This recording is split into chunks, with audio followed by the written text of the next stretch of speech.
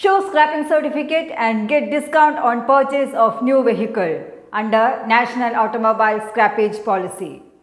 The news in detail.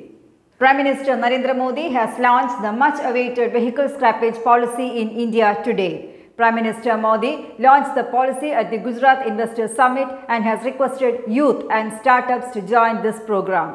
The scrappage policy is a significant milestone towards Atmanirbhar Bharat, Prime Minister said. The summit is being organized to invite investment for setting up vehicle scrapping infrastructure under the Voluntary Vehicle Fleet Modernization Program or the Vehicle Scrapping Policy. Vehicle scrapping will help phase out unfit and polluting vehicles in an environment-friendly manner, he said. He also mentioned that the government aims to create a viable circular economy and bring value for all stakeholders while being environmentally responsible. The central government has taken this step as the country in the 21st century needs clean, congestion-free and convenient mobility. This policy will deeply benefit our middle class, he said. A certificate will be issued on the scrappage of old cars. It will ensure that these people get discount on buying new cars and benefit on taxes, he added.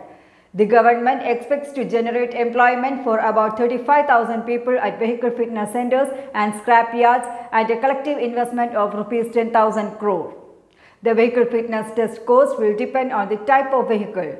For a personal vehicle, it will cost Rs 300 to 400, while for a commercial vehicle, it comes up to 1,000 to 1,500. Describing it as a waste to wealth mission, the Prime Minister further remarked that the policy is an important part of the circular economy. It will reduce pollution from our cities and also reflects the government's commitment towards rapid development. In 2 days, we will celebrate our 75th Independence Day, but the next 25 years will also be very important as during this period our day-to-day lives will undergo significant changes due to technology, Prime Minister further said, adding that the government's effort is to ensure that development is sustainable and environment-friendly.